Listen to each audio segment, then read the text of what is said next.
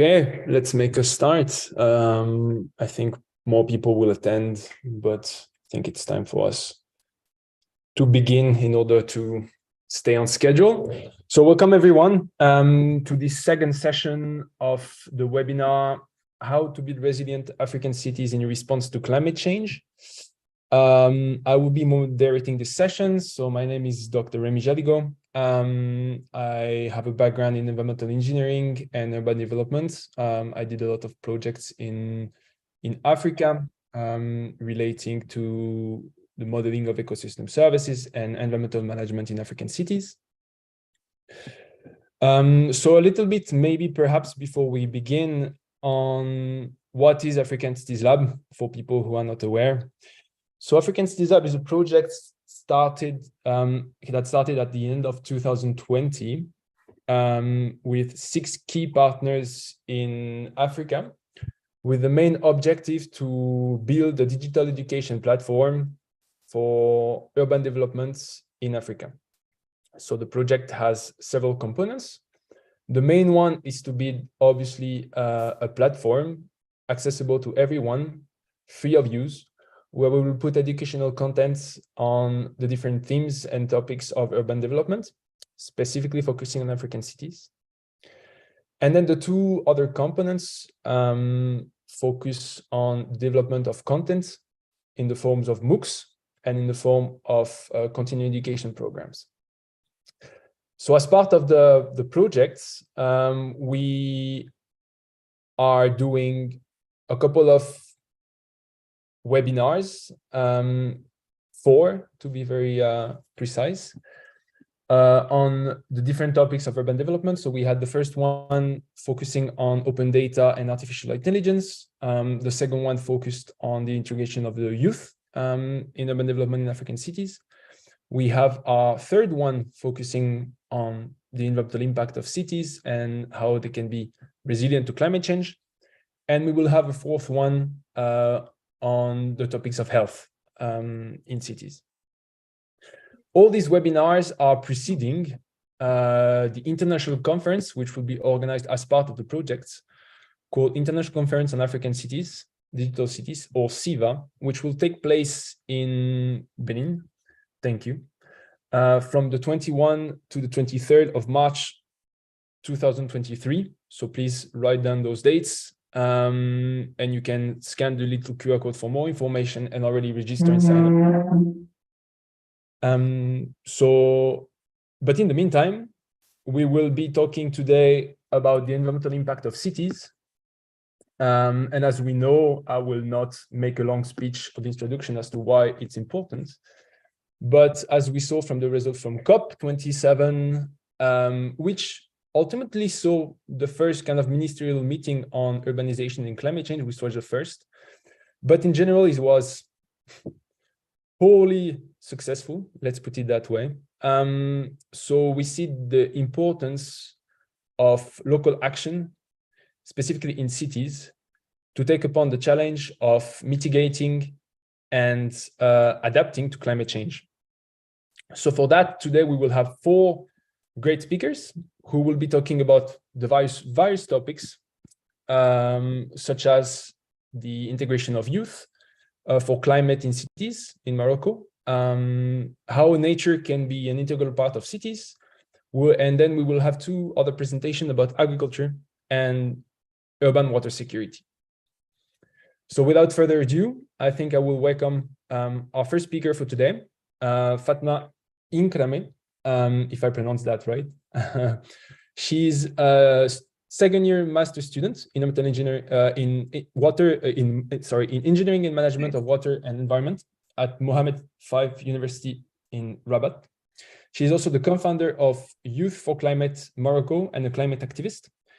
And today she will be presenting to us a presentation called the Youth for Climate Morocco Initiative Serving Moroccan Youth and the Climate. So Fatma, up to you. Presentation should be around 15 to 30 minutes, if I'm correct. And then we will be taking questions. You can write questions in the Q&A box, and we will be responding either after the presentation or at the end of our presentations. Okay. Thank you. Thank you so much. Can you hear me clearly? Okay, good. Good evening, everyone. And first of all, thank you so much for this invitation. And it's actually an honor for me to represent this initiative in order actually to, why not like impact youth to do actually the same.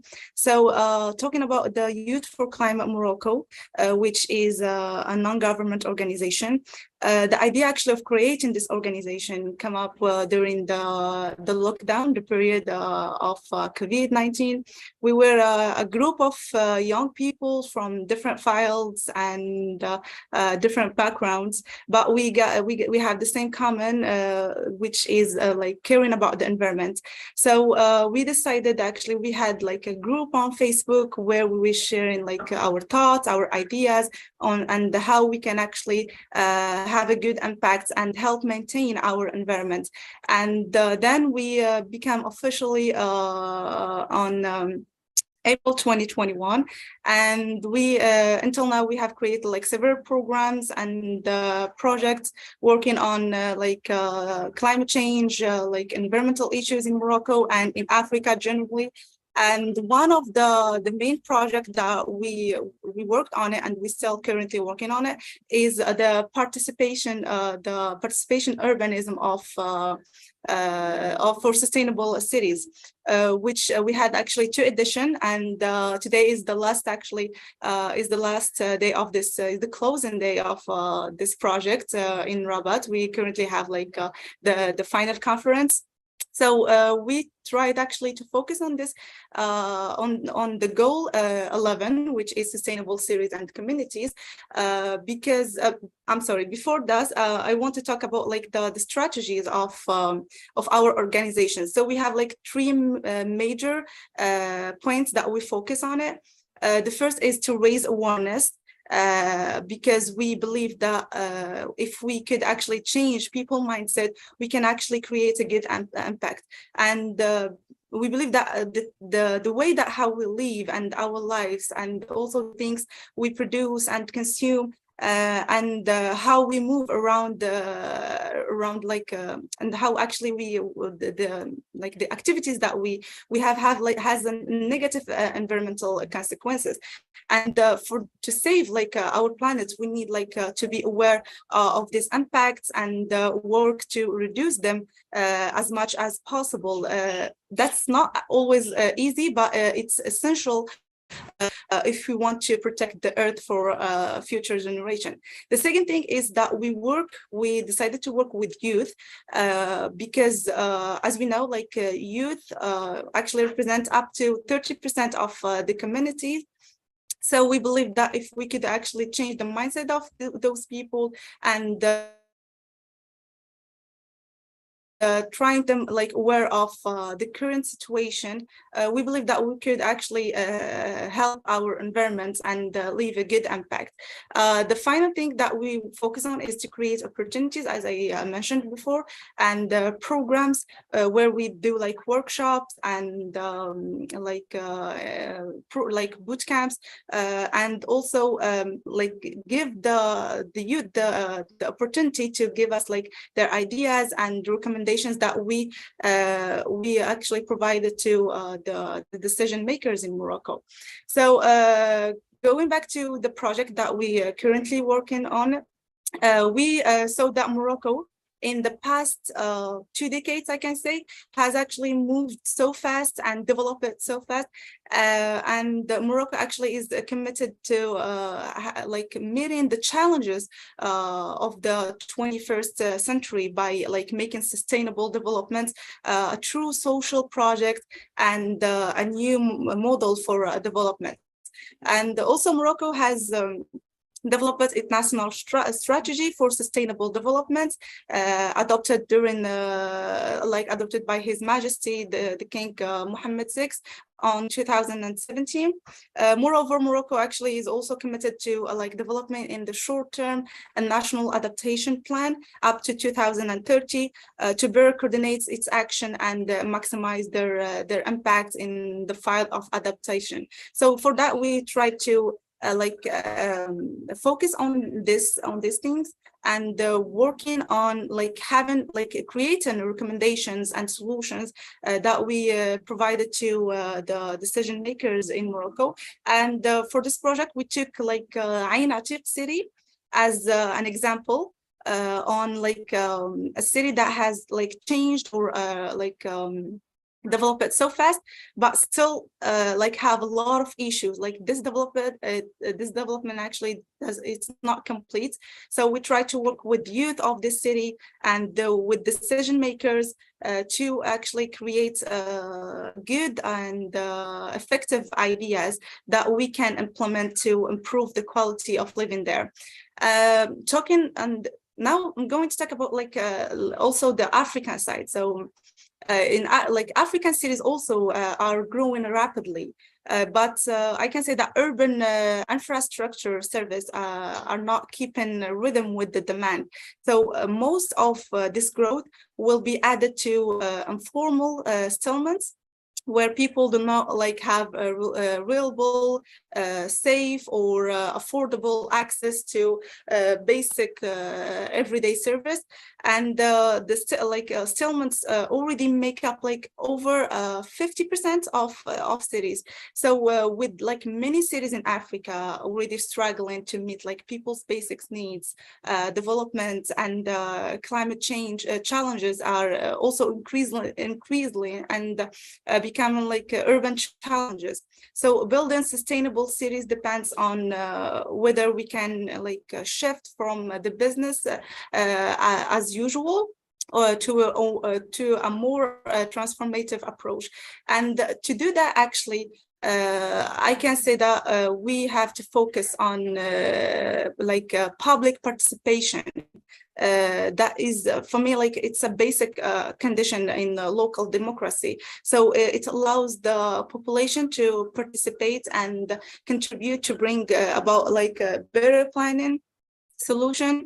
The population's active role is also in planning and decision making process is highlighted to safeguard our shared values and basic living conditions in sustainable society. And also the fundamental element of sustainable development is public engagement. So a full-scale citizen engagement in decision making is fundamental requirement for sustainable development. So the participation of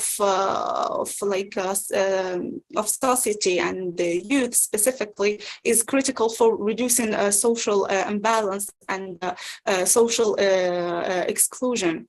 And also the participation of communities is especially crucial for development, implementing and evaluating all programs and other interventions that aimed at improving well-being, life quality, health motion, and environmental protection. So this is actually the main work that we do, and we hope that we can have a good impact in Morocco specifically, and why not in Africa, as one of the NGOs that focus on raising awareness and leaving a good impact in order to help maintain our environment.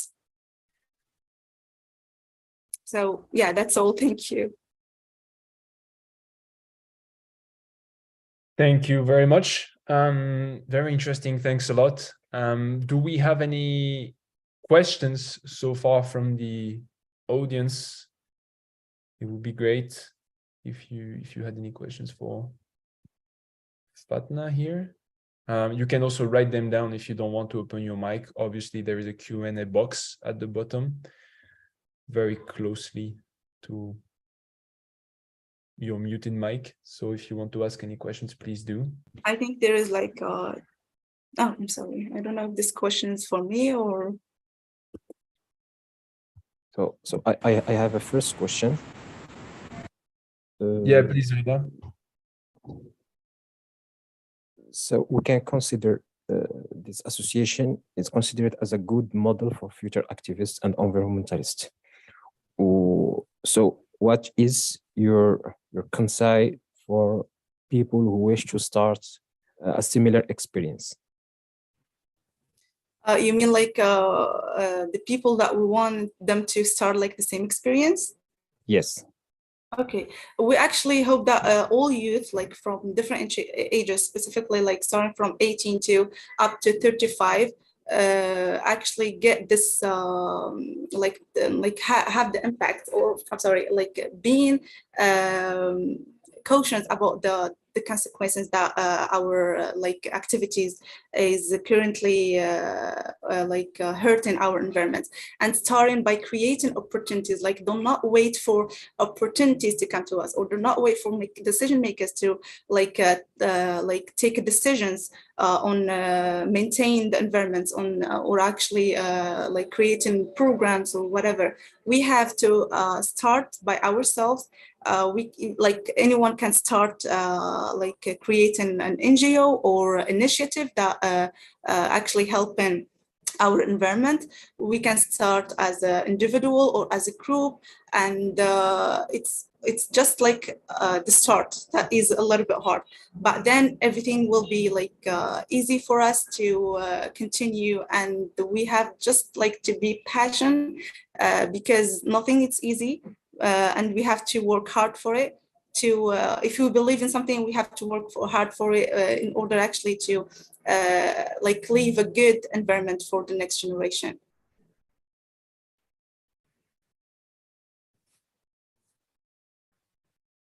Very good. Thank you for your answer. Is there any more questions? Because otherwise I have one. I mean, feel free to think about your question and ask it afterwards if you wish. But there is a question, I guess, like how to be part of this initiative, like a branch in another country. So for Moroccan youth, like we already hiring like people to be member in our initiative, like from different region in Morocco. And those members actually are, I can say, the ambassador of our initiative. They create like initiatives in their like cities, raising awareness, as I said, like creating, for example, workshops or programs. For like having a branch in another country, I think it's also acceptable, because also we are, I can say, a branch for the international, because Youth for Climate is an international organization, and we are like a branch, but in different way. We have like specific targets and specific like things that we work on it. So I think it's allowed actually to have a branch in your country if you want, for sure. Awesome. Thank you for your answer. I think that there is a question that will come. Yes, Omar will be waiting for your question. You are muted. Then I guess you can unmute yourself. But let me see if I can do that for you.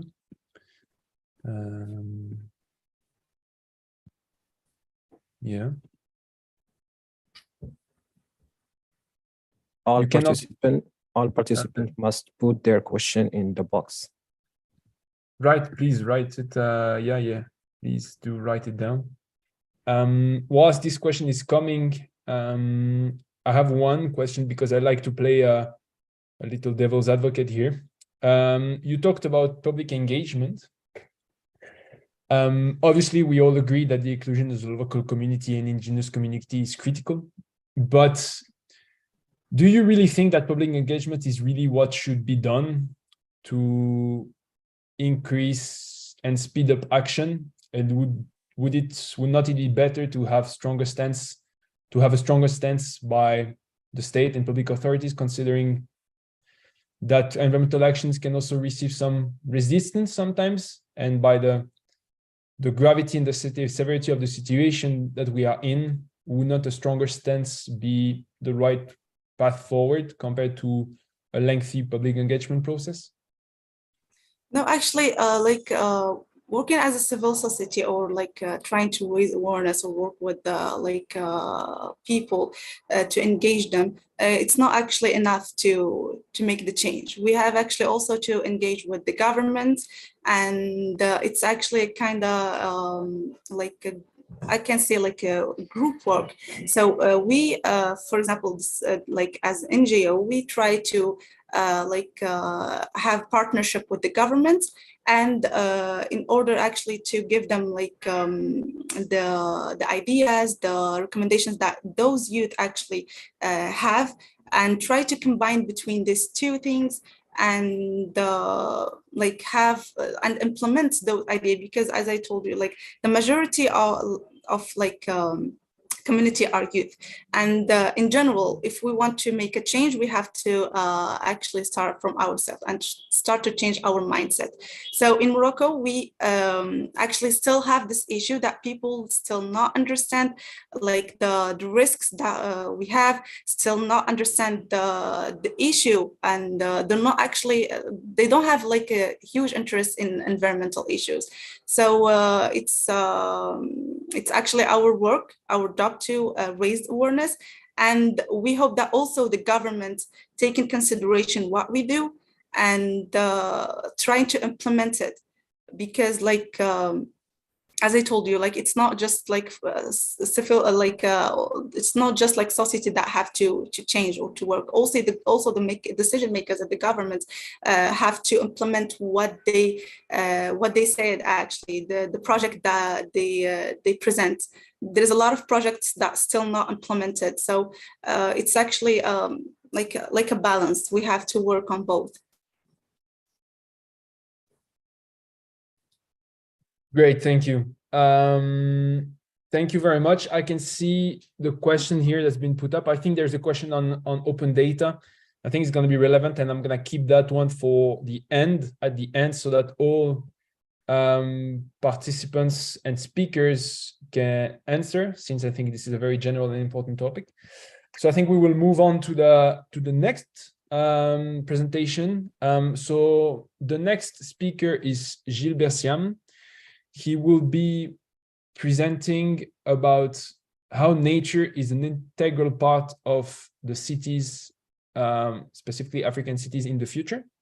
So Gilbert is an assistant professor of international urban development and planning at the Norwegian University of Science and Technology. He holds a master's in cities and regional planning and a PhD in architecture and planning, both from the University of Cape Town. He was the program leader of the MSc in spatial planning at the University of Zambia. He's a specialist in urban governance, decentralization, urban informality, state relationships, and climate change. And besides his academic activity, he also served as a consultant for different organizations like the World Bank, the FAO, UN Habitat, and others.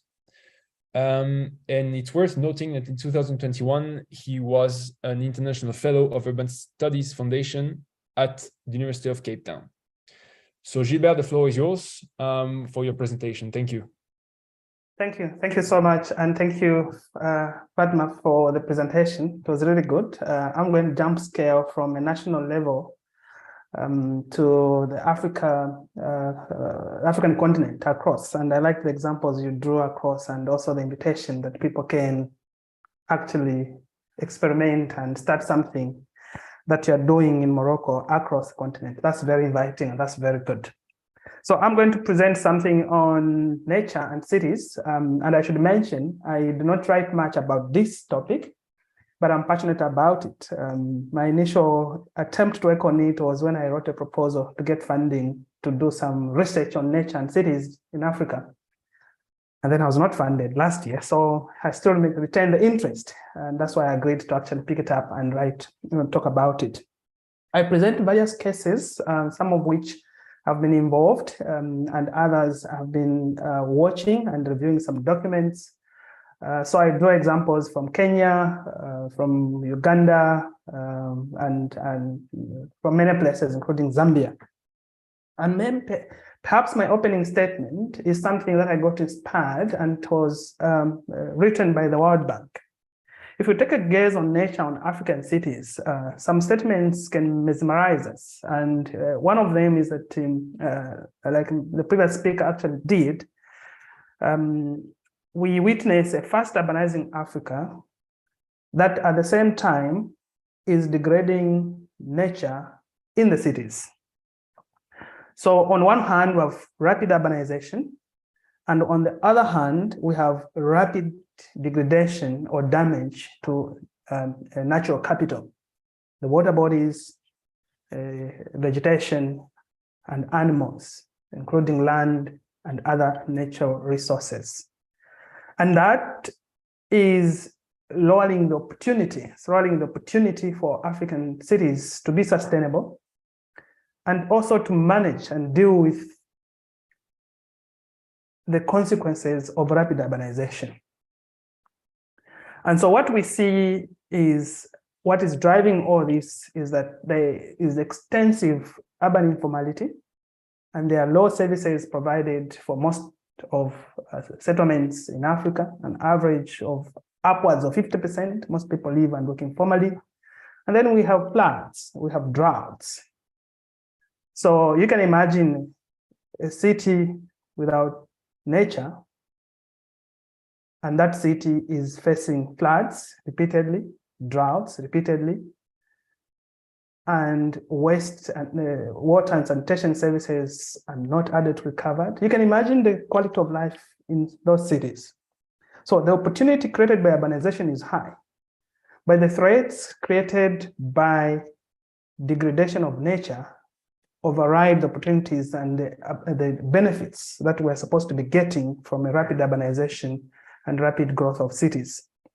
And so we're seeing a lot of pressure being put on natural resources, on people's way of life, and this is contradicting some of the efforts that our governments and private sector and individuals hustling every day are struggling to actually make sense of. And you can see from here, this is an image that I got on the city of Lagos, the biggest city in Africa, at least by some publications. And you can see, apart from structures, you can see how nature has been damaged and degraded. And you can see how that damage has created immense ecological problems that further go on to impede or challenge the socioeconomic opportunities and progress we're supposed to be getting when we get such numbers clustered in one space. And so I ask, how can African cities use nature to address some of the major urban challenges? And how can nature be used, or how can nature be seen as an opportunity for green, inclusive, and productive futures? So at the center of my argument is, where is nature and how can we use it to our advantage for now and for much longer term? While problems exist, there are also cities that are taking leaps in very good direction. For example, we have a city that is called a city in the sun, a place of cool waters. So despite the hustling and everyday business and temporariness of what we can see in Nairobi, there is significant effort in the city and by city authorities and by national government authorities to actually embed nature in their planning and management of the space. There's plenty of water that is safeguarded and well managed, plenty nature, trees, but also when you just land at Jomo Kenyatta International Airport, what greets you is wildlife. There's a big park nearby. And the city of Lusaka in Zambia, my hometown, has just imitated that by introducing a national park within the city, just a few kilometers outside the city center. So there's that push. While there is a problem, but also citizens begin to imagine the need for nature nearby or in the cities. Nairobi, for example, described as the green city in the sun. How nice is that? It's in the tropics. It can be hot, but at the same time, there is water and there is vegetation. And it's very nice. And some places are really cool. So Nairobi and other examples that are plenty, and I mentioned Lusaka here, they challenge the narrative of a dirty, of growing the city and forgetting about nature. Like grow dirty now and clean up later development pathway. We do not have to damage nature for us to become wealthy or achieve our socioeconomic progress. We can coexist with the environment. And this is what Nairobi is talking about here. And this is what many other cities are talking about here. So that narrative of damage the environment now and then become better tomorrow and clean later after we get the resources really gets challenged by good examples that are coming from Africa. Why are we talking about nature as an important resource? First of all, ecosystem services are crucial in addressing major African problems. It may be water pollution, it may be land pollution, it may be traffic congestion, it may be lack of water, it may be flooding. That's very, very important. The second part is that when we embed nature in the way we think about African cities, then we can think of very local level and get people acting and implementing and planting a tree at the very micro scale and getting community solutions being facilitating delivered at the very local level. But you can also get the state and the community working together, with the state providing significant financing and strategic direction on natural resources being put in the city, like introducing a park, introducing green corridors. And so what we see here, I invite all of you guys to think about scales, the global scale, the city level scale, at continental level, and how those scale. These things, nature in the city can be achieved at all these scales. And we need to be worried about problems happening at all these scales. The first is the water crisis, and many, many cities, those who are familiar with Cape Town, it was a city that was experiencing what they called day zero. The problems were beyond the cityscape. Rising challenge of urban, food costs. Food is becoming expensive, and partly because food miles are increasing. Nature-based solutions to climate change crisis are increasingly becoming popular. We're talking of floods, we're talking of droughts, we're talking of heat waves. And joblessness among the urban youth is a big issue for Africa. These problems are happening at all these scales that I mentioned here, the global level that interact with Africa as a continent, then the city level like Johannesburg, like Cape Town, like Lusaka, like Nairobi, like Cairo. And then you have household level, the cost of electricity, the cost of cooling when it is very hot, and the fuel expenses. And so really it's about thinking, in my view, when I was writing about this, about saying how practical can we be? If you are talking of only about 37% of the African population living in towns and cities having access to networked water and sanitation, what is the solution that we can draw from nature to help us solve some of these problems? And so to solve some of these problems, like floods, droughts, and so on, and the effects that they bring to the cities, I argue that we need to renature, we need to rewild our cities by emphasizing on making green corridors, getting animals back to the city where they need to be. And we need to recalibrate material flows. Where do we get the water and where do we take the wastewater? Where do we get the food and where do we get the waste from the table? And how can we close the loops by having these materials flowing, being produced and retained and used within the cities? And so the argument is that the metabolism of the modern city, particularly the African city, which is growing very fast, has frequently been presented and functions as a space of flows, which depends on input and output of energy and materials and information. And we need to begin closing that loop. Part of the solution to closing that loop is by getting nature in town. And that could begin to solve some of our problems. But what can be changed and how can we change this? We need to reimagine and rethink what we consider as beautiful and good. And we need to actually get to the basics. And some of the basics I presented in this diagram. We all eat. We must question. This food is produced and supported by the functioning of nature. So where can I grow my own food? How can I green using the food that I eat? Either by means of production and by means of after consumption. We need to ask ourselves there. That is micro level. We all have shelter. And I put this picture to say it's not all the time. In most cases, in many African cities that inherited the colonial British planning style and approach, the first thing when somebody is given a piece of land, especially if it is government construction, they would start with clearing all vegetation. But this image, which is from a city in Kenya, challenges that we don't need to start with clearing vegetation. You need to start with protecting vegetation. That is the shelter that we're talking about. What greens can we be talking about at that micro level? And so we can go around this circle from the food to shelter, to transport, to water, and to the urban green. The solutions are very, very possible. They are part of what we do every day.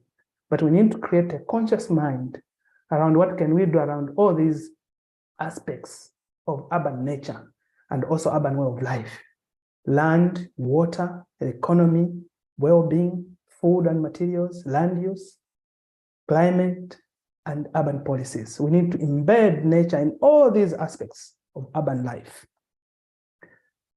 The World Bank makes a proposition that we can green our cities by addressing about 6 aspects, particularly for Africa. One, we need to address the brown agenda, and we need to be conscious about it. We need to manage and sustainably so our natural resources. And I just talked about them. Our water, our land, our air. We need to be conscious in our urban planning, in our urban policies, in our urban management, and also in the way we address crises like floods and so on. But we also need to control traffic and address vehicular emissions. While Nairobi is a good example of what it means to embed nature in some extent, is an example. But also it's a place of contrast. You also get significant congestion and pollution on the streets. And so while the city is trying its best to get trees in town, to get animals in town, and to make these as part of urban fabric, pollution from vehicles, congestion is also a big problem. It's the same for Nairobi, it's the same for Cairo, it's the same for Lusaka. We need to address those. And so how some of the solutions might border on actually creating cities to human scale, planning and building cities to the human scale, cities that will facilitate people to walk and to cycle and to feel safe on the streets. That is not out of reach. That is really within reach. But we need to be conscious about that. We need to control sources of pollution. It is not uncommon to find sewer systems emitting and waste in urban rivers. Urban rivers becoming dump sites. We need to address that. It's not out of reach. And above everything else, in my view, we need to invest in greening, in the greening programs. Where do we need to plant our trees? Where do we need to introduce wildlife? Where do we need to protect what? What is most urban parks in Africa are lost in many cities. How can we reimagine and bring them back and make them functional so that people begin to connect? And we need to restore and renature our natural environment. These are some of the things that the World Bank proposes, and they can be talked about and engaged, in my view, and things could become different. But how can we go doing about that? How can we reward African cities? Through planning. As a planner myself, I make a few suggestions. One, we need to quantify and build a business case on what we get from nature. And many cities do not know about what nature does for them and what they can do in terms of actual value, tangible and intangible. Second, we need to factor in municipal planning. City planning needs to put nature as the core, at the core of what planning is. Then we need to design nature and not design against nature. Then we need the participation and inclusion of the very ordinary. And we're not talking of tokenistic planning here and participation here, we're talking of people's control and influence. And this goes then to question the legal processes and the policy provisions on what participation really should entail. And then we need to actually rethink and reconnect the relationship between nature and humans, particularly in the cities. I have 2 slides to go, and I want to argue that these are processes that we need to get there. But in terms of actioning, what do we need to do? We actually need to think of spaces, we need to think of corridors and nodes, because we are not going to solve our urban flooding, our drought and drying water sources. We need to think of specific areas that require attention. Where are the sources of water? where is garbage and how is garbage managed. And specifically in that geographical space, we need to act. If we need corridors, we need nodes, we need certain places to be renatured, we need to identify them. What are the wildlife or natural wildlife hotspots in the cities? And what has gone what has gone wrong with those spaces, and what can we do? And then planning and investments need to actually say, this is what we should do and how. Then also need to focus on systems, the habitats. Some areas within cities really perform very significant functions. And we cannot separate what happened. They are a unit, and we need to know what natural units actually exist in our cities and how can we protect them so that they continue to be productive and they continue to function properly. But also, apart from the habitat approach and area-based approach, we also need to think of services. What services can we deliver using nature other than other forms? And some of them here is to think of a green infrastructure. How can we cool our streets by greening our public corridors? The spaces where things flow in the city, how can we make them green so that we begin to cool them? How can people begin to embrace trees and other forms of vegetation on their backyard so that it is cool space? And so we need to think artificial solutions and natural solutions. How can we complement the two? That's the point here. The last slide is the one that I show you. I just told you that we are talking of upwards of 30, 35, 40% of Africa's urban population accessing networked sanitation services. For my own city in Lusaka, we simply talking of 20%. 20% Lusaka. And I know some cities, they talk of 15%. Having access to network system. And the rest of West, sometimes when I'm speaking in other forums, I say most of the shit in African cities is in people's neighborhoods. It remains where people live instead of channeling it out. So how can eco solutions, natural solutions be used? Some examples that have been used in Malawi, Uganda, and many other cities. They talk of eco-sand toilets, and we can have a discussion around it, but essentially we are looking at on-site sanitation, where you can use some of the waste from a toilet to support agriculture and food production, to actually create energy through biogas. And it is happening. I've seen very functional biogas services and infrastructures in many African cities. How can we separate solid waste, solid from the liquids, from human waste? And how can the two be used? I've visited places in Namibia, in Zimbabwe, where these things do happen. And in Uganda, even in Kenya, where do these things do happen? How can we expand this so that we begin to solve some of the pressing problems that African cities face today using natural solutions and support the transition to a greener and cleaner future? And as I said, for the EcoSan, we can have a discussion. It's got its own goods and its own bads, but at least it is one of them that is on the market and can be discussed and engaged with. And this is basically, if you are thinking of integrated solutions, this is Kibera, one of the biggest informal settlements in Africa and perhaps in the world. And this is an example where we get EcoSan toilets working with the functioning and management happening across scale, from the micro toilet scale to the community space, and creating public services and public centers, public spaces like multi-purpose halls that are supported by facilities like an EcoSan toilet, with biogas on one side, waste management being managed here, and the fertilizer coming from a toilet being used to support plant growth, sometimes fruit trees. And this, I've seen it happening on one of the greenest spaces in Zambia, in Lusaka, where this technology has been deployed. So nature is going to be with us, partly to prevent the crisis, and secondly, to prevent from a worsening crisis of climate, environmental carnage, and other things. Secondly, to address the challenges that are already happening, like droughts and floods and heat waves. Thirdly, to actually solve and provide services that millions, if not billions, continue to lack it and continue to have issues with.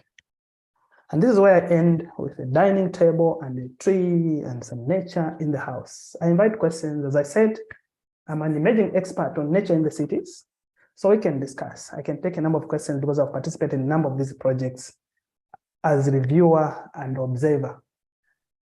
I thank you very much. Thank you very much for your presentation. Great, extensive and very detailed. Thanks a lot. We have time for a couple of questions before we move on, so please put them in the chat. If you have, you can also write them as you go, obviously, so then we have them right after the speaker finishes. If there are no questions so far, I have one for you, a bit more general, but from your point of view, do we put too much emphasis on climate change, whilst on the contrary, if we did put it on nature, it would have a better traction for African residents in cities? Yes, thank you very much for the question. I think both nature and climate change belong to the same category. I think we need to get back to the basics and say, what do an average urban African suffer from experience every day of their lives? And we realize that before we even talk of nature and climate change and other things, we are going to be talking of no one managing their shit, no one managing their waste, and no one really things falling apart. They have no what and they have no what. And then I think that's where we need to start from. What is the everyday question and lamentation of an average urban African? And then we address that question, in my view, then we begin to say, all right, how should we approach this? Can nature solve some of the problems? Or should we really focus on climate solutions? If we say nature solutions, like I used an example of toilet, that is really so basic because no one doesn't want to have a toilet. How can nature be used to actually improve the toilet condition? Or how can climate? So it depends, but the challenge we have, in my view, is that oftentimes Africa goes with a global narrative. Where's the problem? Then Africa goes. And that's why most solutions really don't address the actual real problems of the African urban person, of lack of job, lack of this, lack of that, the basics. And I think we need to start from there. Before we even say nature or what is the everyday question? And how can either nature or climate, how can we use them to solve these problems? Then we're going to experience proper transition, in my view, because there will be no need to punish anyone or to motivate anyone. People will say, for my toilet to work, I need this solution. And if it can work, they'll adopt it. I don't know if I've answered your question, but that's really my philosophical belief. No, it's an interesting point. Thank you. We have a question a little bit related to what I was asking before to the previous speaker. Abdul here would like to ask you about the issue of enforcement, because obviously we all know that the laws and regulations are very extensive in some countries and in some cities. But the actual problem is enforcement of those regulations. So what do you think would be an improvement in that direction to improve enforcement of existing regulations? Great, thanks. Yes, cities need to be enforce some of their regulations, but I do think also cities need to up their game. City governments, it is unrealistic to expect somebody to comply with the city regulations if they get almost nothing from their city governments. And I'm talking of 60–70% of African living informally here, the poor guys. And we forget about them, we can't really get much. And those are going to transgress most of the regulations and the laws that we have. So the credibility of the local government itself needs to improve, and we need to invest there. That's number one, in my view. Number two, we need to increase the capacity. Most local governments in Africa remain very poorly capacitated. In some countries, even planning is functions at maybe 30%. And I can use several examples. And we need to say, where is the capacity for local government here to actually make things work? That remains a big question. And the third is also the capacity on finance. How can local governments or municipal governments actually increase their revenue base so they can actually deliver, while also protecting pilferage and theft that easily can chip in and deprive people of resources? We need to think about all that. And lastly, in my view, we need to invest in educating the citizen and making them a little more proud about their city and their space. I think it's several directions. Enforcing will require both the motivational and the punitive measures. And I think the two need to complement each other.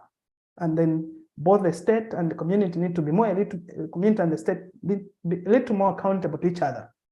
And there's need to invest in all those aspects.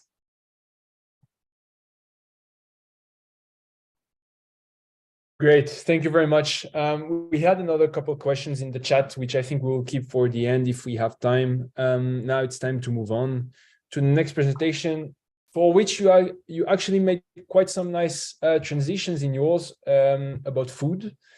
So now we are receiving Dr. Epule Terence, who will be speaking about agriculture and African cities, their drivers, effects, and adaptation. He's currently an assistant professor of climate change and adaptation and sustainability strategies at UM6P in Morocco. He held positions at Uni La Salle in France, and he's a postdoctoral scholar from McGill University and University of Montreal. He got his PhD in 2015 from the University of Quebec in Montreal. His research is at the interface between climate, agriculture, and adaptation, and focuses on topics such as cropping systems vulnerability to droughts and the creation of readiness and climate change mitigation/adaptation performance indexes. He has wrote several books and several peer-reviewed articles as lead authors, and he's currently leading the Agriculture and Climate Change and Adaptation Lab at the International Water Research Institute at UM6P. Please, Epule, the floor is yours. Thank you so much, Remy, for the opportunity. I'll just go ahead and share my screen with your permission. Okay. Do you see my screen? Yes, that's fine. You can put it in full screen. Perfect. Great. Thank you so much. I won't take so much of your time. A series of very interesting talks so far. Very instructive. I'll just follow from where Gilbert ended, with permission. So we'll be looking at agriculture in cities across Africa, drivers, effects, and adaptations. Like Remy, I beg your pardon, like Gilbert, I'll be picking up examples from different parts of Africa, just to to see what's happening across the continent.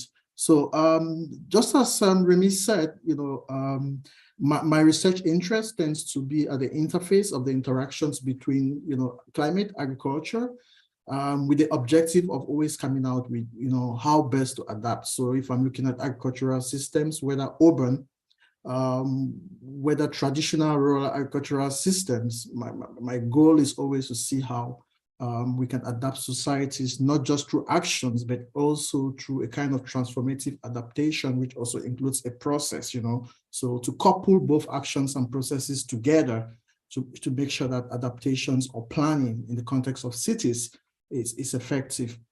So this presentation is going to be in 3 parts, of course.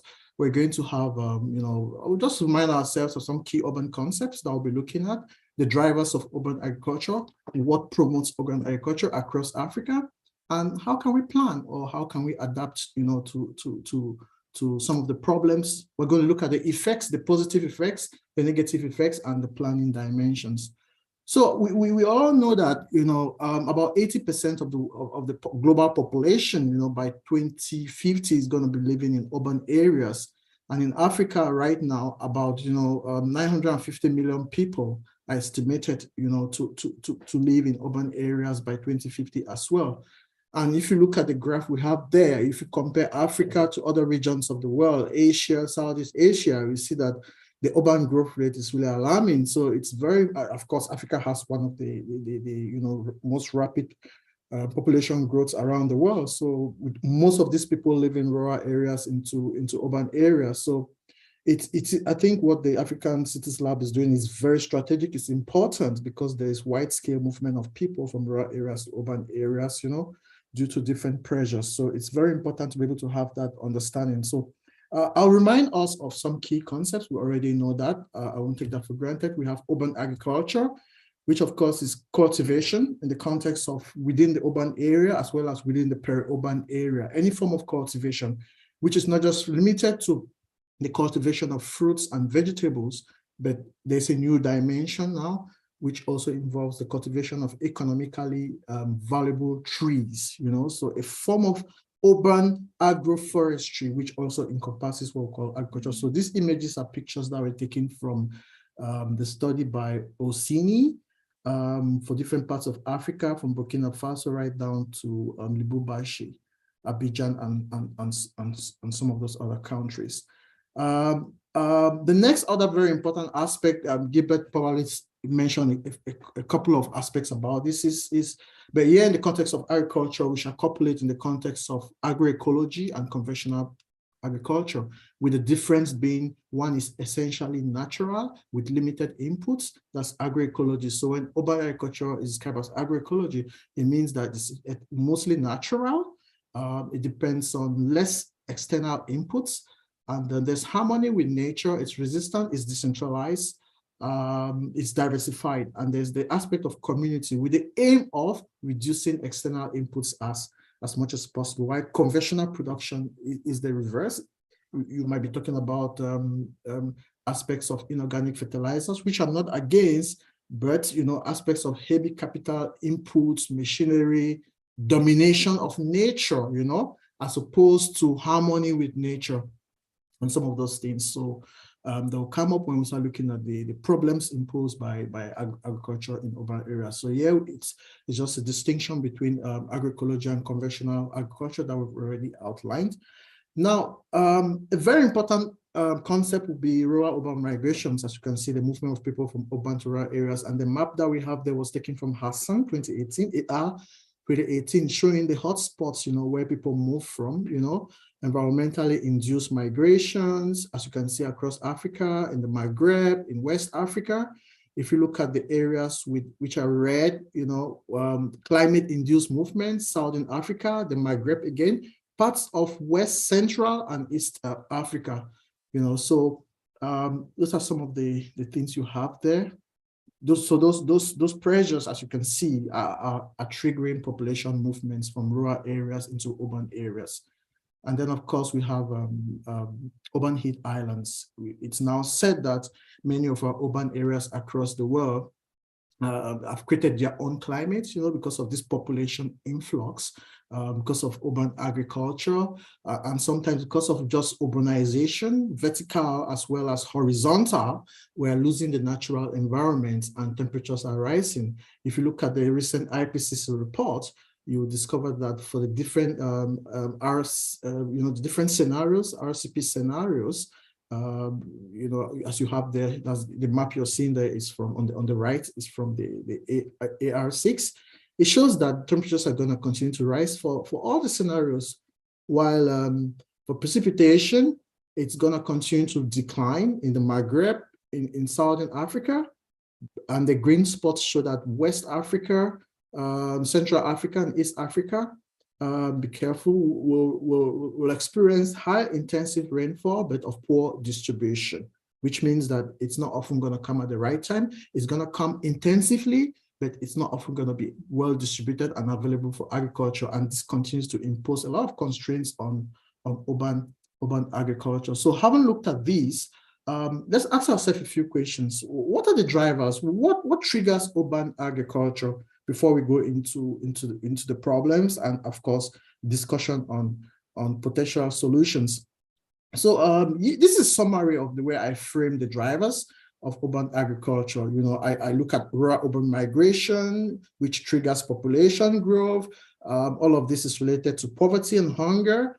And of course, yeah, so we'll be looking at these 4 drivers in more detail to be able to see how they impact urban agriculture. So one of these, of course, the first is what we'll call, urban population growth. If you look at the major cities in Africa, the previous speaker did mention some of this. You would see that Lagos, Kinshasa, these are, as you can see, these are like the largest cities in Africa in terms of urban growth rate populations. You look at Lagos, for example, in 2000, this year, has about, just the city of Lagos, is a population of some countries, 20 million people.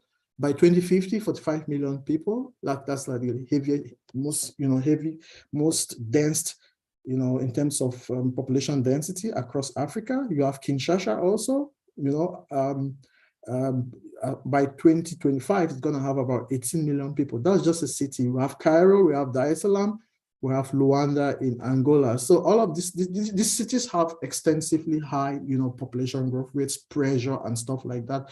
That's really contributing, to finding alternatives for the population to survive. So that's kind of a driver that's pulling people to look for solutions on how to get, alternative livelihoods in urban areas. We also have the aspect of rural urban migrations, which of course has to do with poverty in the rural areas, with people moving away from, trying to move away.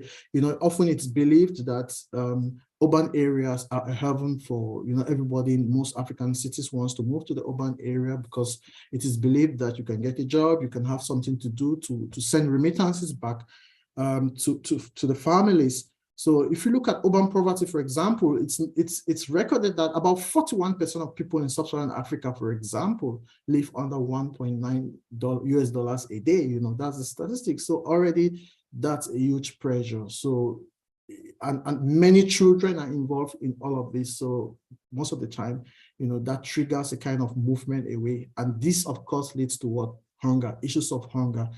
And as a result of that, when people move from rural to urban areas, they move along with their rural functions. That is agriculture, because they have to look for a way of subsistence. It's either they're rearing animals, it's either they're growing flowers, vegetables, and so on and so forth, economically valuable trees, oranges, and things like that. So it's beginning to trigger, the development of urban agriculture. Now, here we're looking at this figure that shows us the rates of urbanization across Africa. If you look at that, that's something that's really very pertinent. If you look at the initial figure that we had here, we would see that it hinges on the issues of access to food and income, as well as the issues of population growth. I'll begin to see that across the continent, you can begin to see that Southern Africa, if you look at in terms of projections by 2050, most of the cities there, are going to be having the largest urban areas with vitalization or enhancement of urban agriculture, as you can see there. There is a problem of access to food. We already discussed that. So they're trying to look for a solution. So having looked at those drivers, what does urban agriculture, what are the good things and what are the, urban agriculture, I would say it's a two-sided coin. With positive aspects and negative aspects, and our goal is to see how we can fix those. Make suggestions on an action-based and process-based, urban planning to be able to combat some of the weaknesses. Now, in terms of the strengths, we probably know this already. Ecological benefits, when you plant oranges and some economically valuable trees in urban areas, there is a dimension of biodiversity restoration. There's a climate impact in terms of temperature, quality of air. In sub-Saharan Africa, between 25 to 50% of all city households are carrying out, a form of gardening, even behind their households. So it's a reality. So that has an implication in terms, ecologically. Economically, it has a lot of implications as well in terms of tourism. Sometimes you come like to Morocco, you move around Bengeri where I work, you would see an ornamental oranges, Yeah, it's not just to beautify, the environment, but like aesthetics.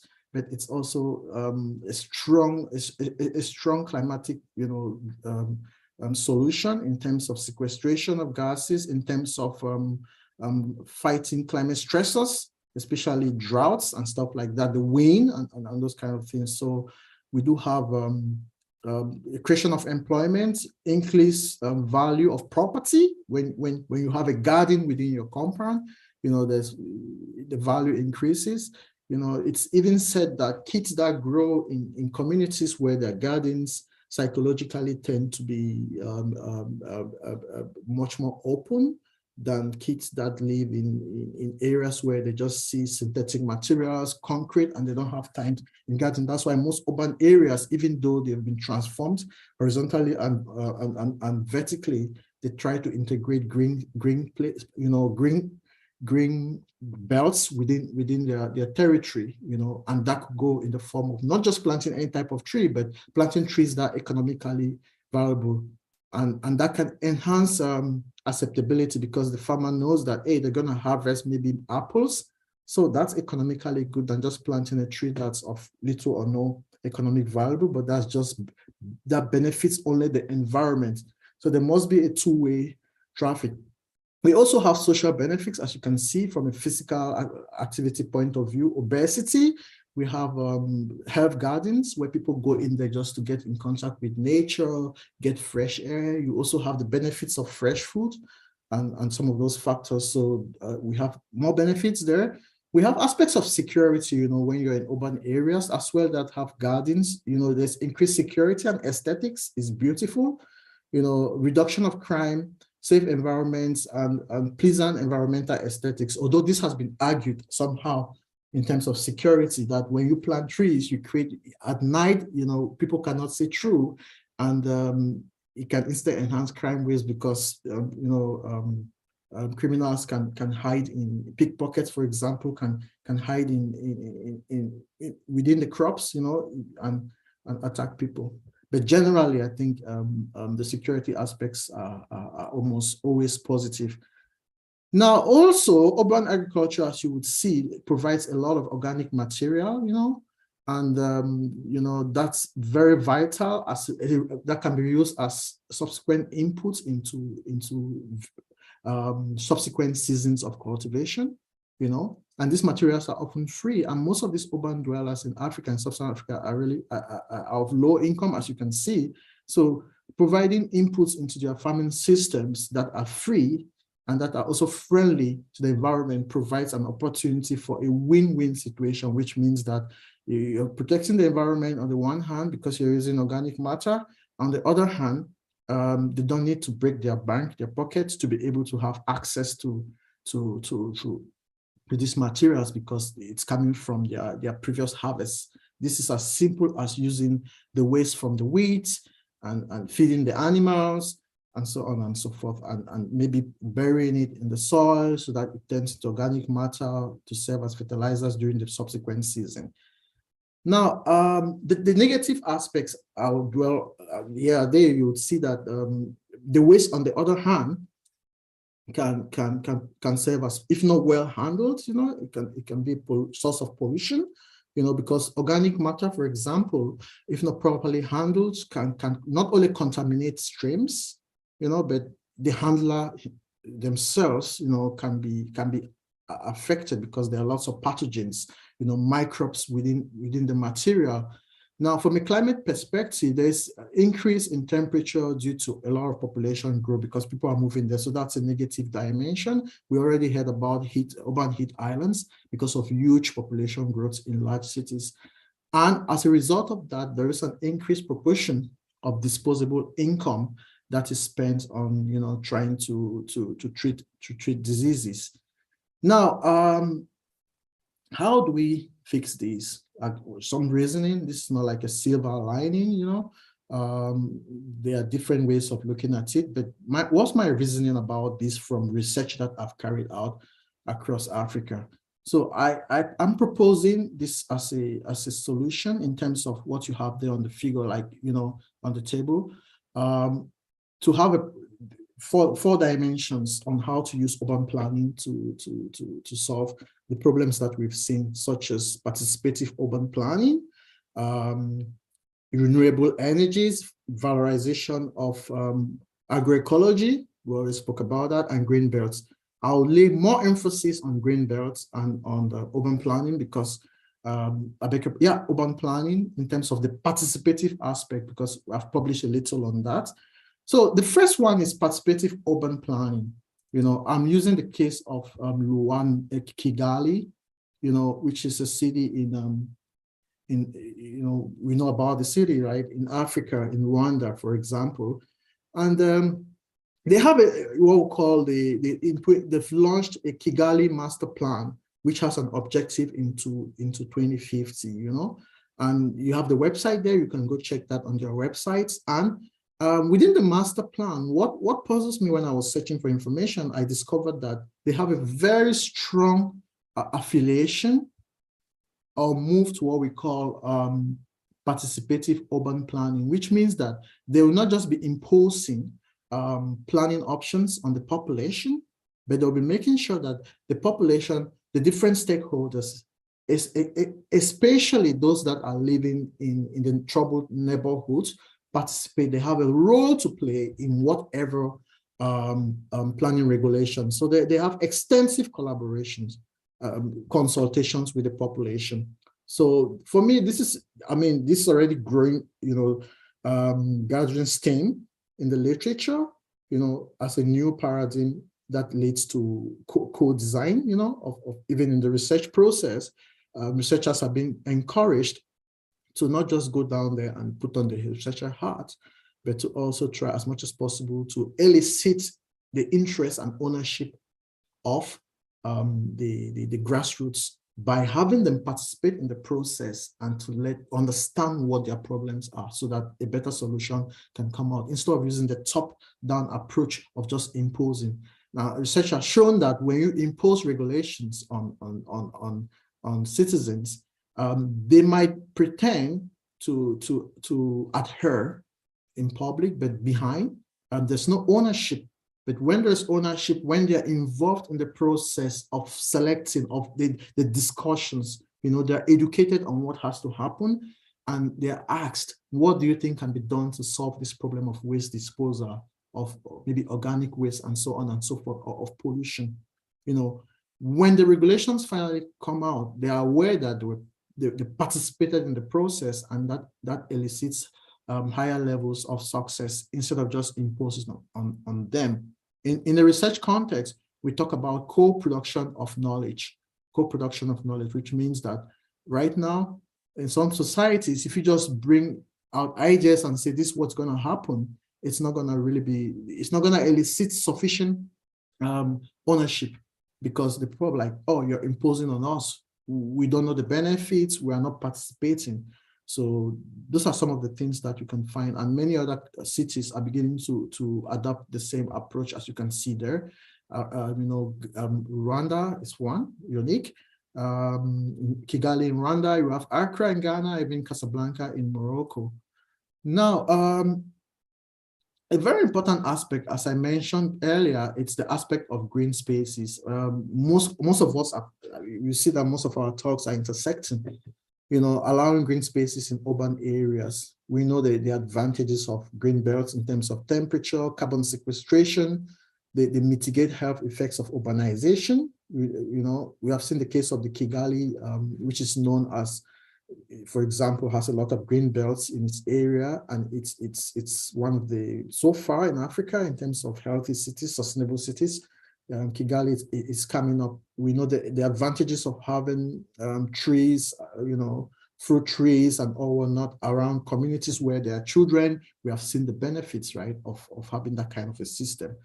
So the question now is, what are the enabling conditions for introducing greening? I think a publication that we worked on some time ago, when this subject of urban agriculture first triggered my interest. So here we carried out a study published in Small Scale Forestry on the enabling conditions for successful greening of public spaces. And this was the case of Turwa in Cameroon. So I'll just locate it further. So Turwa is in the north of Cameroon, where you see the star.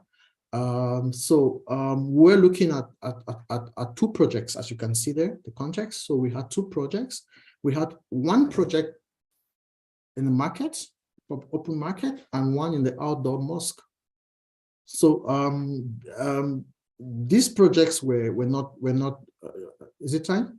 No, just yeah, a few more minutes. If you could wrap up, that would be great. If you want to have time for some questions. Perfect. Yeah. So this is the structure and context of the projects here. So in a nutshell, they're planting neem trees, and we assessed in 2011 that the market square had 86% success based on the number of trees that survived, while the outdoor mosque had 12.7% success.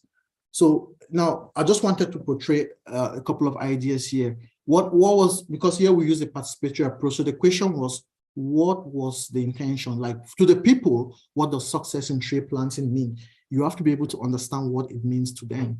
And in a study like this, you would see that for them, for most of the either male, female, these three graphs represent male, female, and all of those combined. Most of them emphasize what? They emphasize maturity, number of trees that grow to maturity. You can see the other indicators there. Now, in terms of descriptions of what success was to them and failure, these two graphs represent success and failure.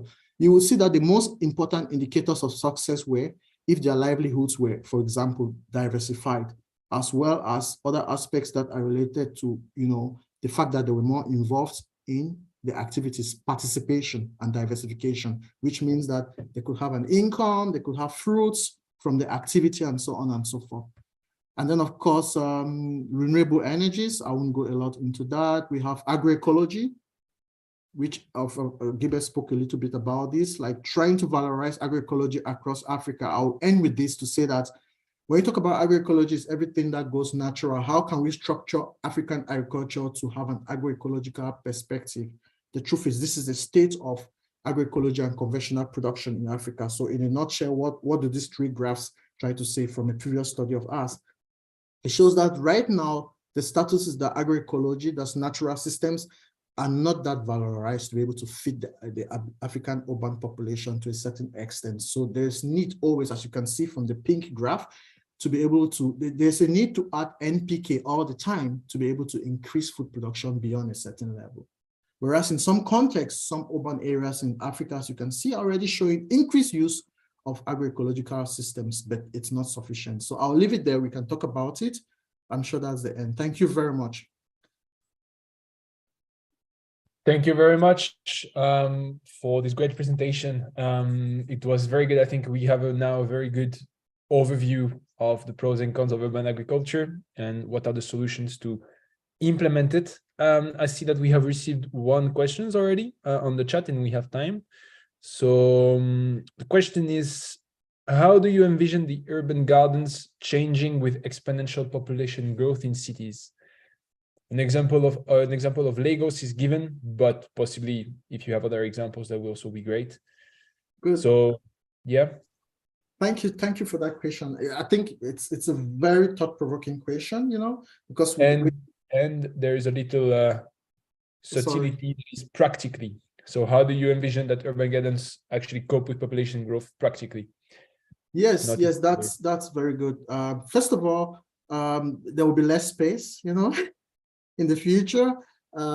So we should start thinking about other options. For example, right now we're having green roofs, cultivation on the roofs of buildings, gardens, hydroponics, and in Lhasa, we used to do a lot of that. So you start thinking about vertical cultivation, not just on land, but developing systems where even on balconies and stuff like that, people can start doing their lettuce. And so all those systems of aquaculture, hydroponics and stuff like that.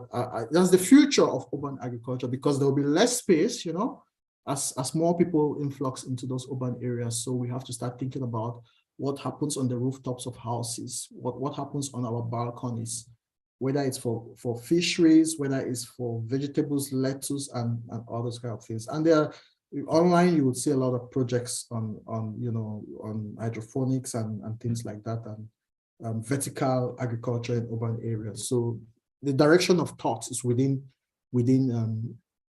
that kind of a strata, but without imposing on anyone, of course, because it depends on the context also. You have to find out what do the people want, how open are they, because if, you know, what's the availability of the materials to be able to do that. If everything is coming from nature-based, okay, because the incomes are low, those are easily adapted. So there should be a process from training to education and access to the materials, not just giving down checks. Checks don't help. You give the checks, the next time the checks are not there, the people go back to square one. So it's to be able to access most of the materials through nature, but to think vertically. You know, you would see many cities. You go to Casablanca, you see people planting flowers, hanging them on their windows and stuff like that. In LaSalle, we had our gardens on our hallway, right?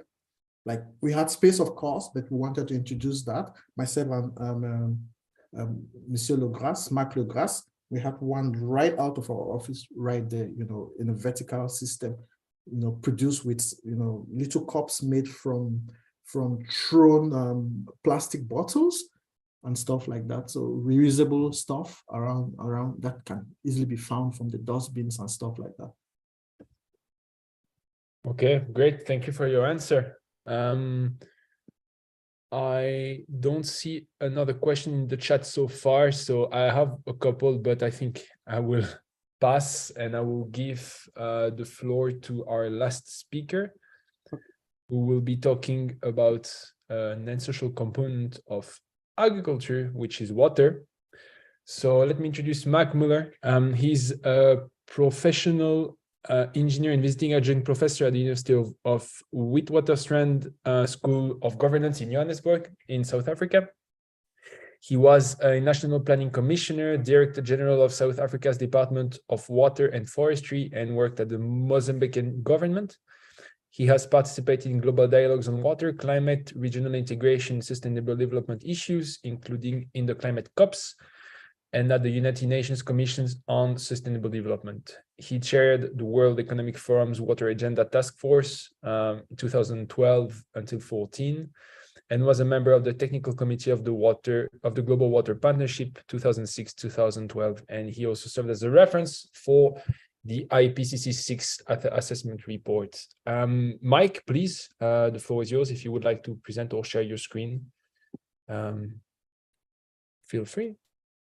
Good, thank you very much. Let me try and share the screen. Good afternoon to everybody. It's a real pleasure to have participated in those previous presentations. Those were really good. Let me see if I can get the right presentation on the right screen. Are you seeing the shared screen, or are you seeing the single screen? We are seeing you at the moment. Oh dear. I'm trying to go through. Let's just see where we are.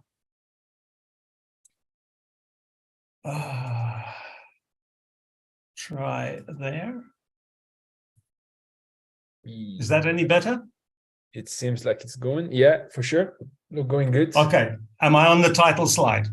You are on the title slide. If you want to go in full screen, that would even be better. Yeah, I'm not sure. I will try for 1 second now to do that and see if we can get it better. Otherwise, we will just have to live with the one we have. Okay? Yep. Right. No, thanks very much for having me. And yeah, I'm sorry about that bio. I'm actually much more interested in being a practitioner on the ground than hanging out in the big committees and so on. But sometimes we need to go to the big committees and talk to the politicians and sort of global leadership to be able to do things on the ground. What I wanted to talk about was, though, very specifically about water security in urban areas in Africa. And, you know, the previous two speakers have helped a lot, firstly, by reminding us that urban Africa is going to grow dramatically. We're talking about 800 million extra Africans in cities. How are we going to cope, particularly around issues like water? And the water security framework is a useful framework. It's a definition which just says what people want is reliable availability of enough water of a quality adequate for health and livelihoods and production, but then critically with an acceptable level of water-related risks. And that's very different to food security and energy security, which focus on reliable access to sufficient supplies, because water security also talks about the destructive, dangerous aspects of water, floods and droughts and damage to the environment.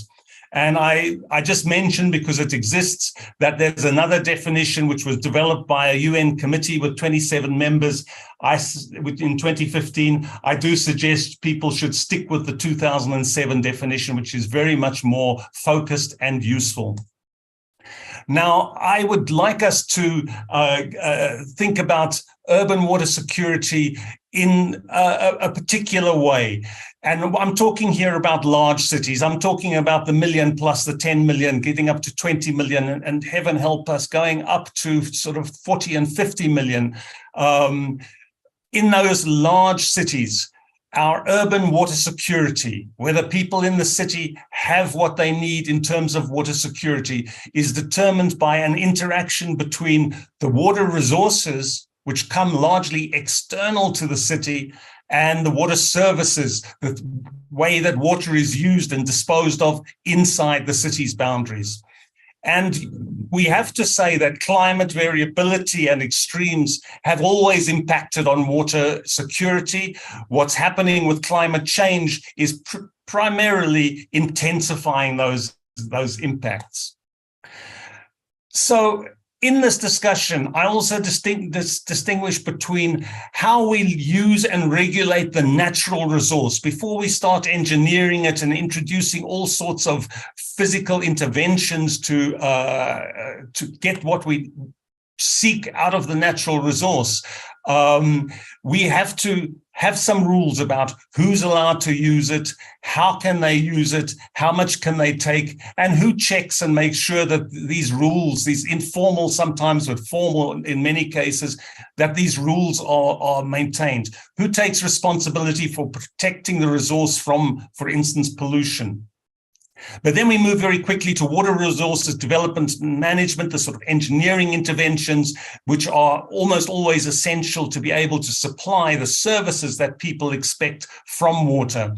And these are separate, but they're interdependent domains. And I think it's important to make that note. They're separate issues. We manage them separately quite often, but in the end, they interact, and we need to understand that interaction. So just reinforcing that water resources regulation, we're talking about the renewable resource. Rainfall runs off to streams, soaks into the ground and flows to the ocean. A lot of it, by the way, evaporates before it gets anywhere near the stream. But that's your natural resource that we work with as our first sort of basic resource in this business of water.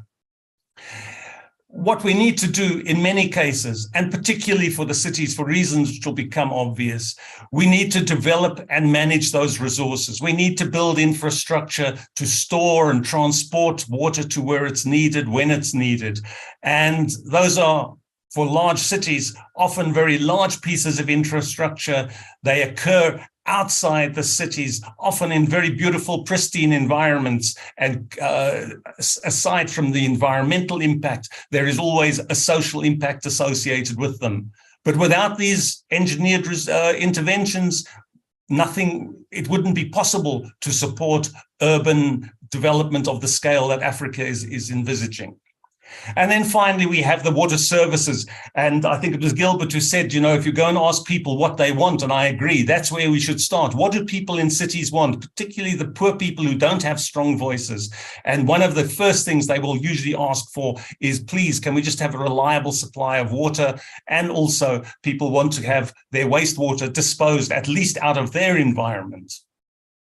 And so, you know, water service provision involves all sorts of actions inside the city, and often it involves the disposal of wastewater, which quite often doesn't work as well as it should do. But I keep coming back to this point. We manage a natural resource, we develop it, we then use the water from it. These are sort of separate operational domains, but the water security depends both on the effective performance of those functions in the domains, but also coordination between the resource management and the water service provision. we wanted to talk about climate change, and it's important to note that there are challenges, but there are also opportunities. The particular challenge we have driven by climate change or highlighted by climate change, but it's always been there. We have very extreme variability and unpredictability, uncertainty about our water cycle. We don't know when it's going to rain, we don't know how much, and we don't know when there's going to be a drought. And what climate change threatens us with is more extremes and less reliability, less predictability. So more extremes, floods and droughts, but also higher temperatures. Those temperatures lead to more evaporation and more aridity, which actually can reduce the amount of water that's available. Even if it rains more, we might not get the same amount of water into the rivers. And one of the challenges that we have is that as our cities grow, so the area, the countryside from which they take water is going to get larger and larger. And we need to reconcile this urban demand, a growing urban demand, with what people elsewhere in the catchment area are doing with the water, and we have to come to an agreement about who does what and how much. What we find quite often is that we need to plan to at least ensure supply when there is the minimum of supply that's needed. That's one of the key things that we do, certainly in planning for cities, because if you have 10 million people and suddenly their water supply fails, you have a huge crisis. So we plan with the hydrology available to us, we plan to ensure a minimum supply. But we also have to keep an eye out on the maximums. Where is the flood going to occur? How big is the flood? Who's it going to affect? Where is it going to affect? We need to always do that.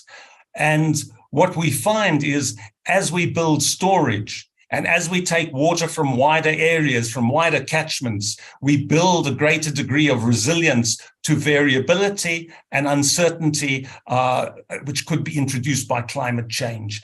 And what we can say is that to deal with uncertainty and variability, we probably need more infrastructure, better links built earlier, and we have to keep an eye. We have to keep trying to understand well that hydrology on which we depend. Now, it's useful to think about how water resource development can actually help society and support economies. If we look at the kind of flows that we might get in a river, very variable in much of Africa, very low flows in the dry seasons, very high flows in the rainy season, and very unpredictable. It goes up and down, and we're never quite sure. The maximum flood flow is very high. The reliable flow is very low. And what we seek to do in our engineering interventions, and I speak both as an engineer and as an environmental manager, but we do have to make management interventions to try and achieve the needs of society using nature, working with nature to provide our needs and its sustenance. And one of the interventions we can make, for instance, we can build a dam. It stores water. That means in the dry season, you have some which you can release to provide a larger, reliable flow. And if you manage it properly, what you're able to do is to reduce the maximum flood flow. So you reduce risks and you provide greater guarantees of supply. And, reliable supplies and less risk means more investment, greater productivity, and we meet the needs of the society that we're after. But climate change brings threats. It also brings opportunities. So we know that with higher temperatures, there's going to be greater aridity in the areas on which the rain falls and from which the rivers derive their flow, and there's going to be more evaporative losses.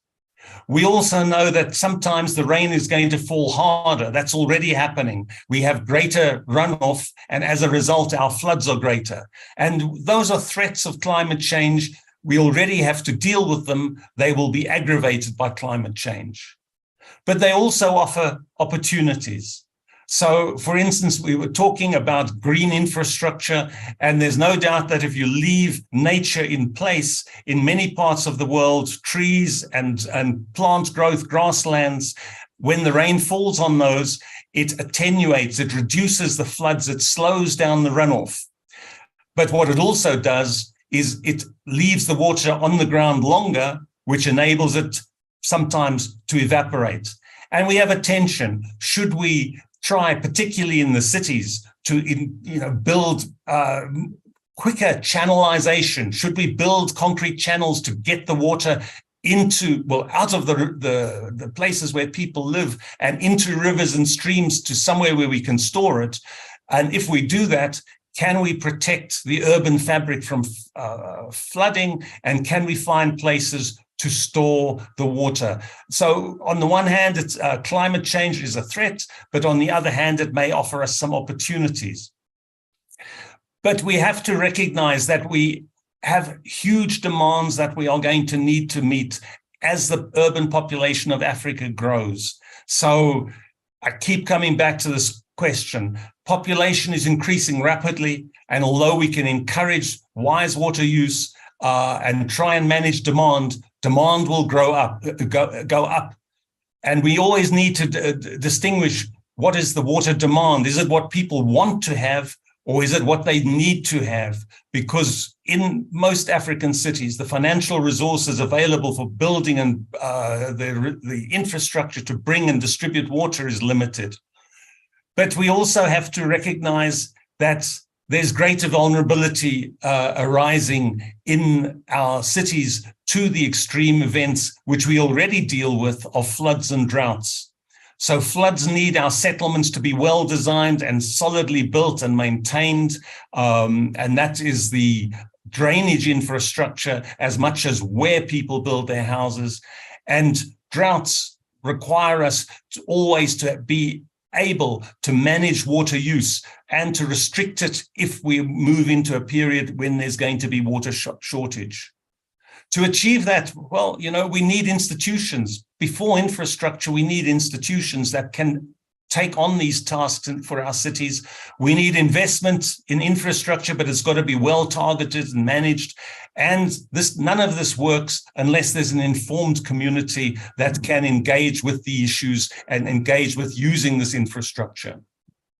Now, I just wanted to offer you some South African examples. We've had some rather good examples recently of how water security can be achieved and where it fails at the level of large cities in what is quite a well-developed country. So I think it's useful to see how even a well-developed country can achieve the goals, but also can fail to do what's necessary.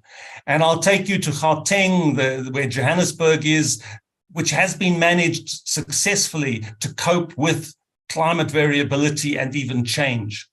But we've also got two cities, and I think was it Gilbert who mentioned Cape Town, as well as Nelson Mandela Bay, where you see what happens when the systems do not respond to the recommendations of how to manage water shortages. And then we've had a very recent flood disaster in eThekwini, used to be known as Durban, on the east coast of the country, where I think about 500 people lost their lives in floods. But these were due mainly to a failure to manage settlement and maintain infrastructure, not due to any climate change related unprecedented rainfall. Let me start with the success, though, because it's always important to say we can achieve. It's not all doom and gloom.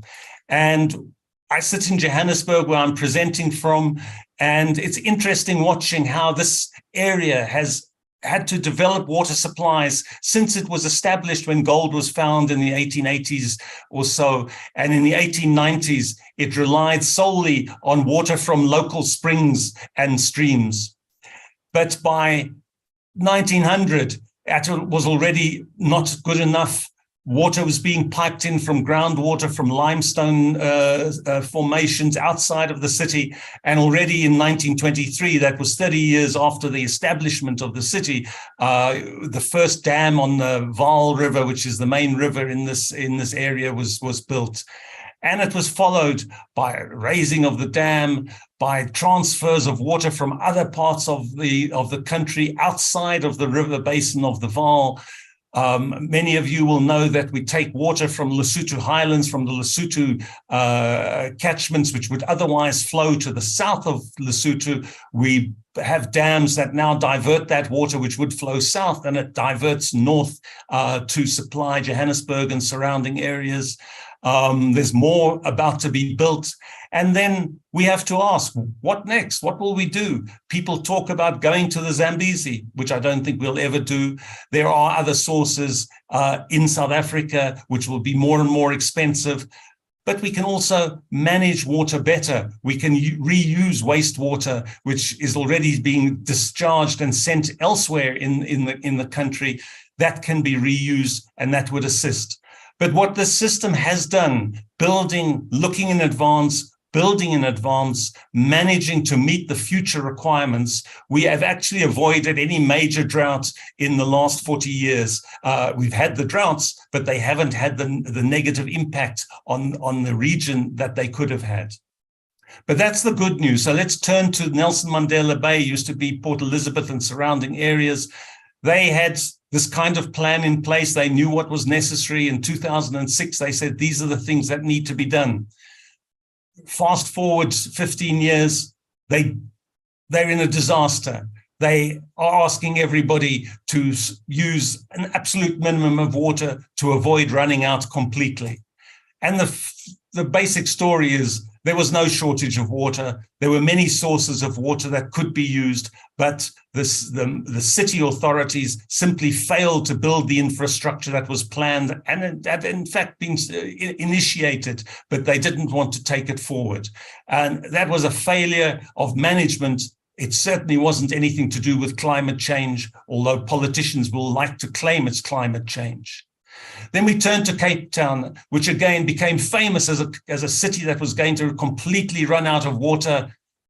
Was that because of climate change-induced drought? My contention, and I've written quite widely about this, is it was partly a result of misinformed information saying to people, just conserve water, don't use too much and we'll have enough. They neglected to think about the 100,000 people that are coming per year into that urban area. And when you have that many people coming in, it's likely that you're going to need more water. They were told that they were going to need more supplies. They didn't do that, and they suffered the consequence. But not for the first time, because 100 years before, the city was famous for arguing about where the water should come from next. And the cartoonist was saying, careful, you'll all end up having to go down to the river and fetch the water in buckets. Moving to eThekwini, which has happened recently, it's a normal flood.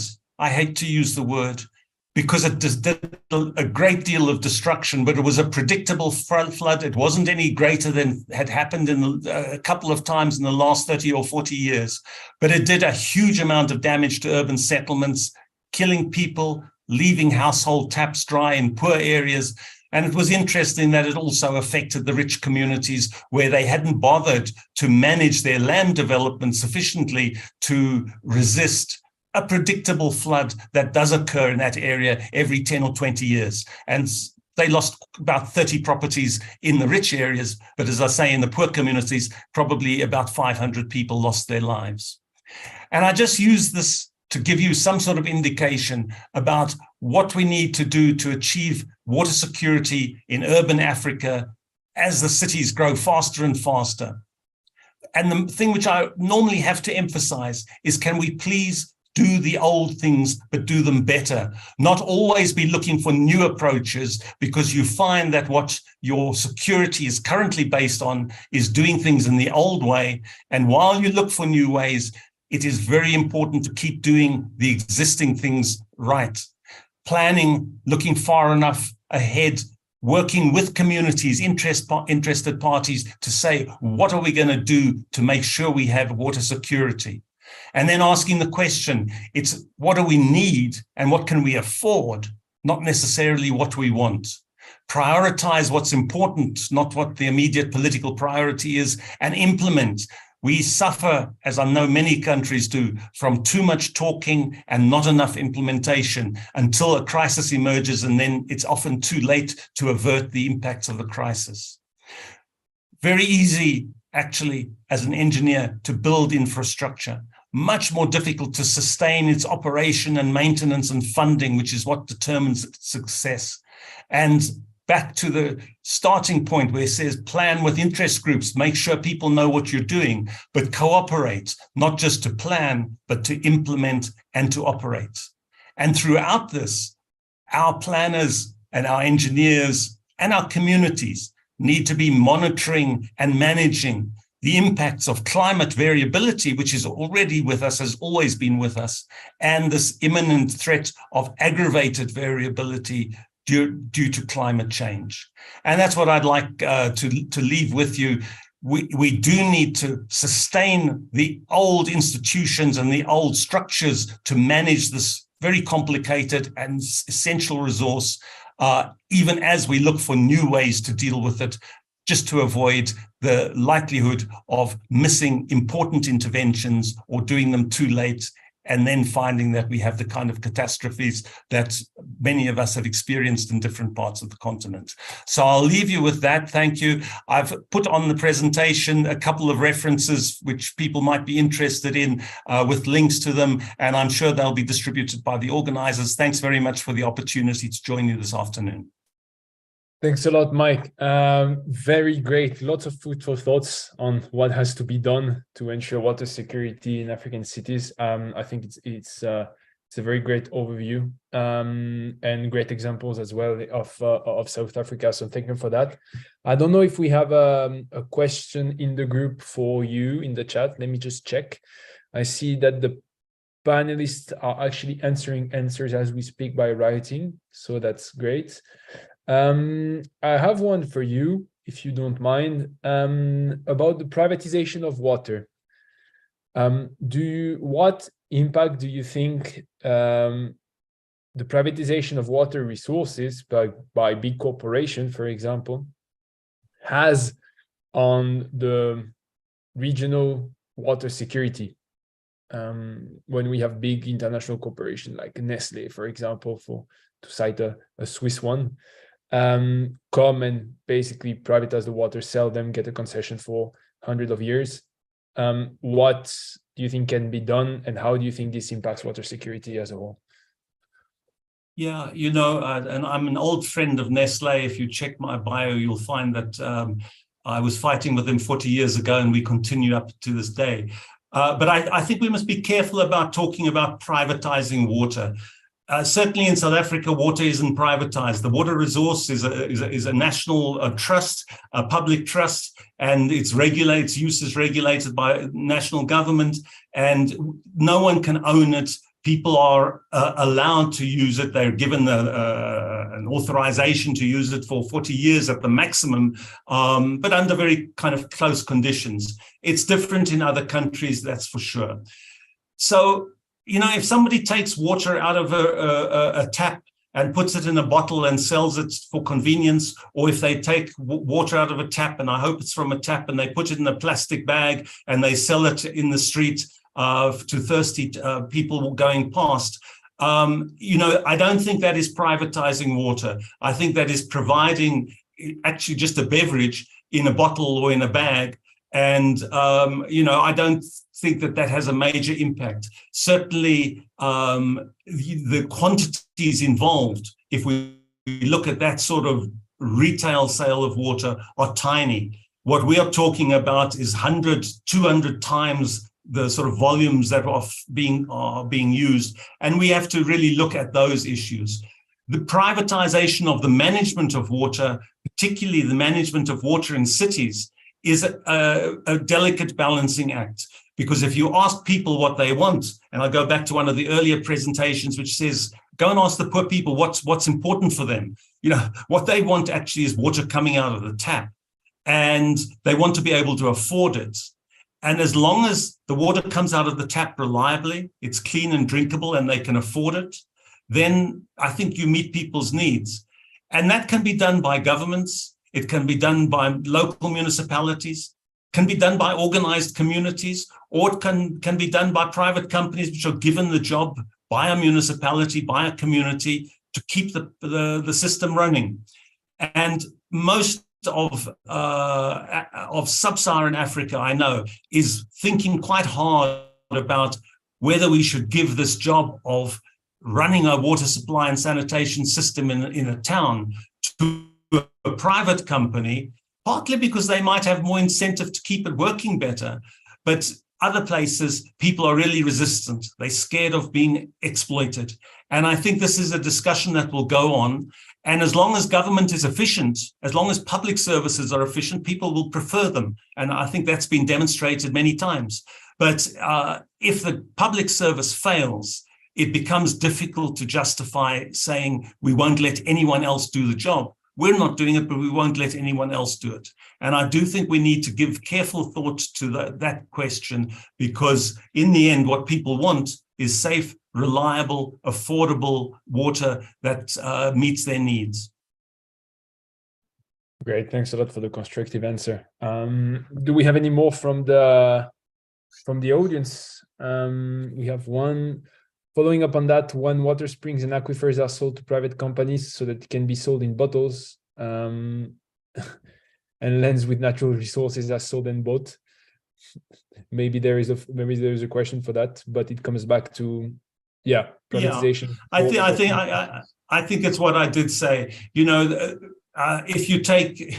You know, if you take I'm just trying to think of a natural product. If you take sugarcane and you squeeze it and you get juice out of it, and somebody sells the sugarcane juice in a bottle.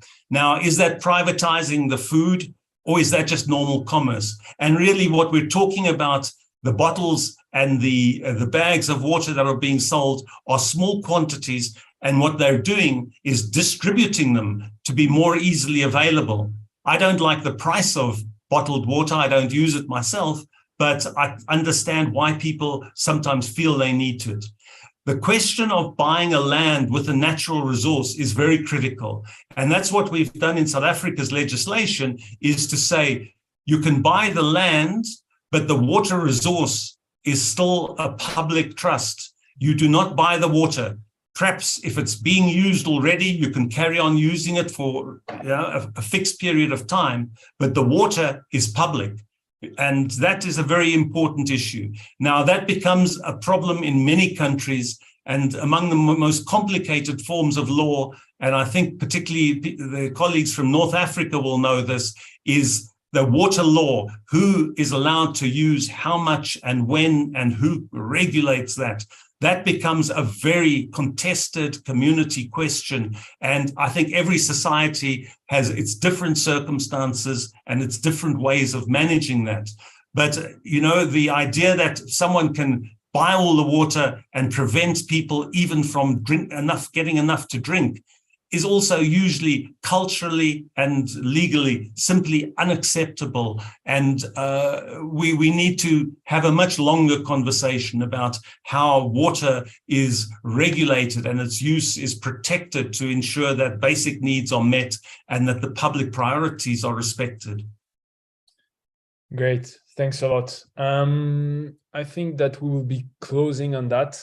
Unless there is one last final questions, but otherwise, I would like to thank you for participating, our four speakers, for participating into this webinar. I think we've had quite a good overview of the risks of climate change, but also some of the solutions associated with key components of environmental management in cities. So thank you for that. I would like to remind the audience that there will be a fourth webinar, a little bit following up on what we have been saying, focusing on health, but the different component of health, including the effects of urban heat island. So that, I think that could be very much related to what's been said today, about the role of nature, about the role of agriculture, about the role of green infrastructure as well that you mentioned, Mike. So I think it will be a very interesting webinar. Then that will take place on the 20th of February next year. So please stay tuned for more information then. But otherwise, I would like to thank you all for attending as well. And hopefully it was interesting for yourselves as well, please do not hesitate to send feedback to us. We appreciate that, and to follow us on social media as well. So thank you very much, and see you soon next time. Thank you. Thank you. Thank you very much.